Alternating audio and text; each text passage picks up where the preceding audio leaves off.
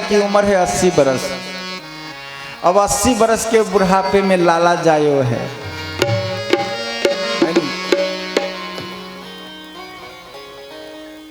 अब उनके सेवा जब गर्भ में थे तो उनके सेवा के लिए नंदा और सुनंदा जो दो ननद हैं ना, ये ननद जी आ गई, भाभी की खूब सेवा करी। नवमी तिथि के दिन सुबह में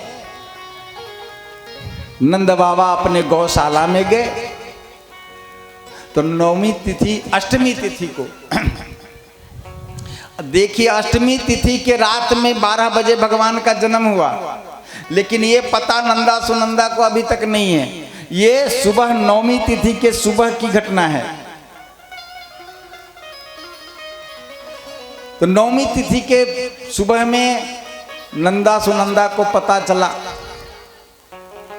लाला जायो है। बस क्या था, दोनों बहन थाली ले ली और थाली बजा बजा करके पूरे मोहल्ले को इकट्ठा कर दी। लाला जायो, लाला जायो, लाला जायो। एक बहन दौड़ करके नंद बाबा के यहाँ गौशाला में जाकर, भैया अपने यहाँ लाला, भाभी ने लाला जायो है। अब जैसे ही नंद बाबा ने सुना कि लाला जायो है, 90 बरस के बुढ़ापे में लगा जैसे बिल्कुल नंद बाबा 25 बरस के हो गए।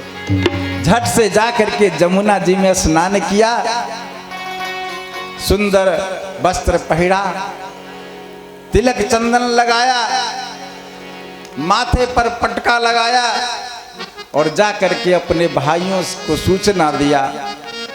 नंद बाबा 9 भाई हैं ना, अपने सभी भाई के यहाँ जा करके सूचना देते हैं, अरे घर में लाला जायो है।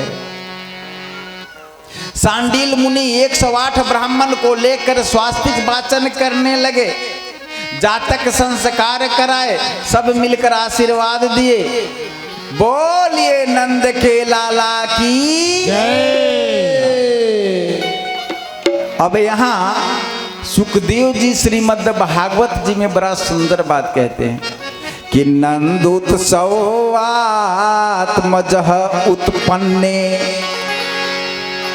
जाता आह्लादो महामना आहुए विप्राण वेदज्ञान अस्नात सुचिरलंकृतम।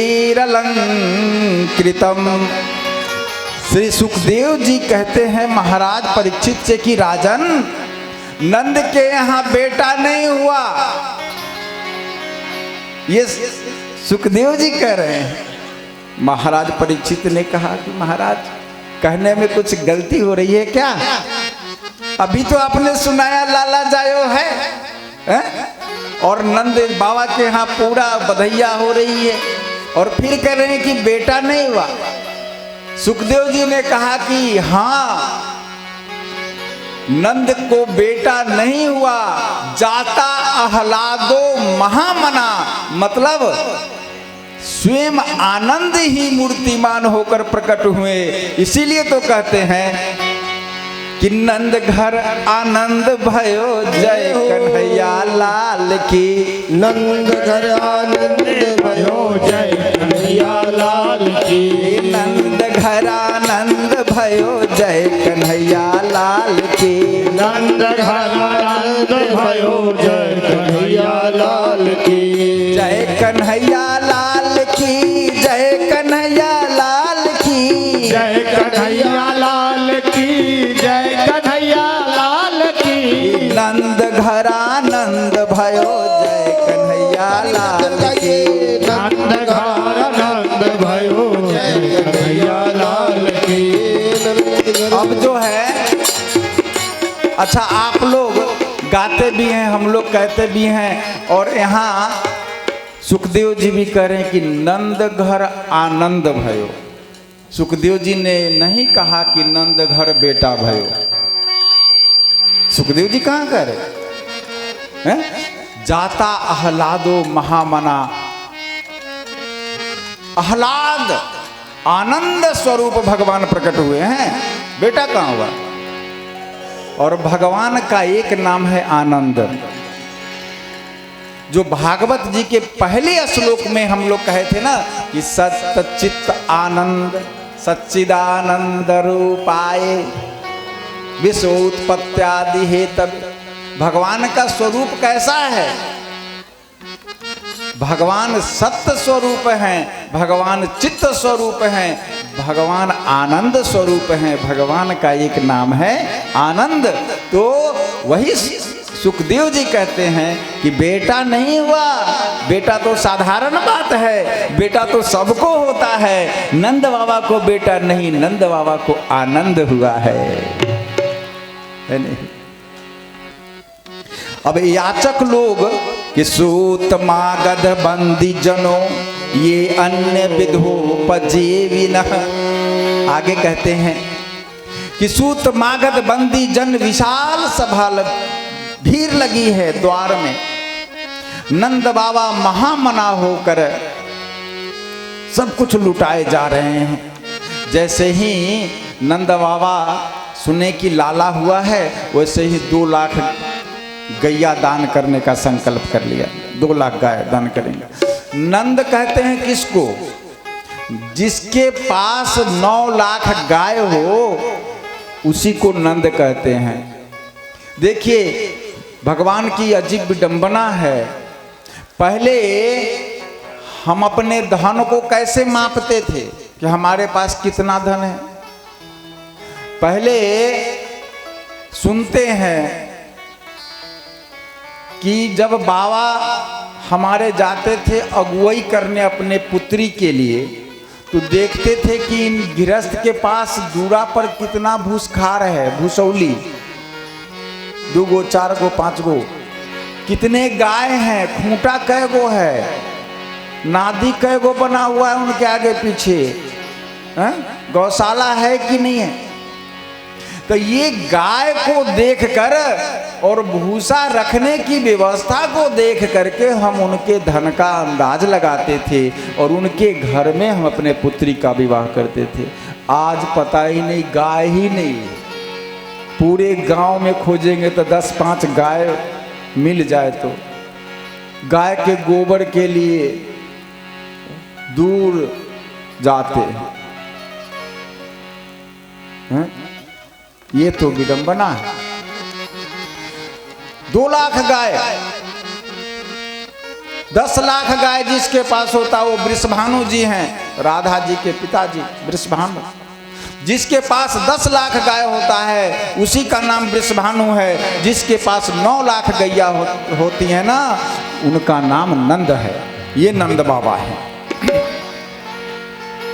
अब सोना चांदी हीरा मोती मणि माणिक बर्तन वस्त्र आभूषण सब लुटाए जा रहे हैं। अब एक रुपया पैसा लूट करके जा रहा था। अब एक ने पूछा, भैया नंद बाबा के यहां से तो को का मिला? उसने कहा कि भैया मैं तो रुपया पैसा लेके जा रहा हूं। उसने कहा कि जा रहे। अरे नंद बाबा के यहाँ रुपया पैसा लेने गया था लाला के जन्म पर। अरे देख, हम तो चांदी के बर्तन लेके जा रहे हैं। अब जैसे ही सुना कि चांदी के कहाँ बट रहे हैं, 1 नंबर के दरवाजे पर।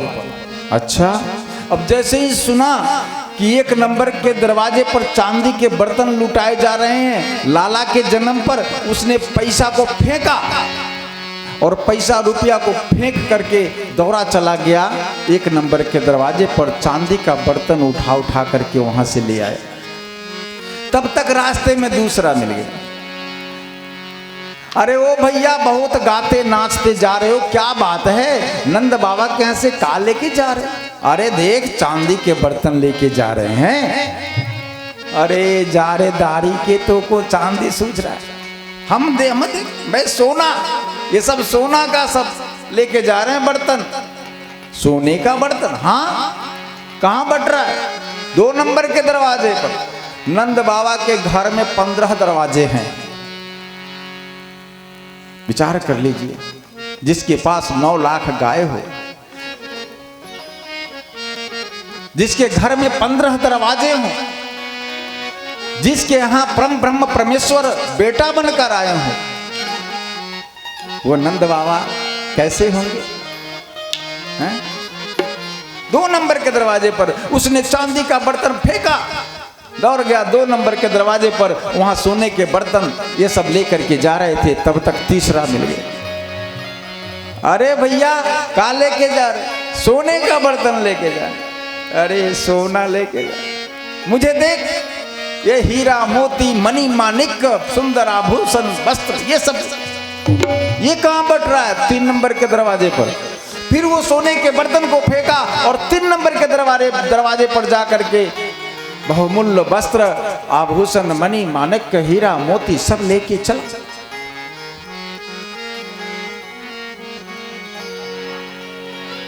सुखदेव जी कहते हैं कि राजन, ऐसा लग रहा है जैसे मानो बैकुंठ से श्री देवी इस धरती पर आई हैं। लक्ष्मी देवी को कहते हैं श्री देवी। अब श्री देवी तो एक सिनेमा वाली भी हैं, उनका भी नाम श्री देवी नहीं, श्री देवी का मतलब लक्ष्मी देवी। बैकुंठ से लक्ष्मी देवी लाला के जन्म पर वो ब्रज की गलियों में ताता थैया करके नृत्य कर रही है। अब बताइए, ब्रज की गलियों में जहां रुपया पैसा लोग बांट रहे हो, सोना चांदी की बर्तनें फेंकी जा रही हो, तो यही कहेंगे ना कि लक्ष्मी जी साक्षात यहां नृत्य कर रहे हैं। सुखदेव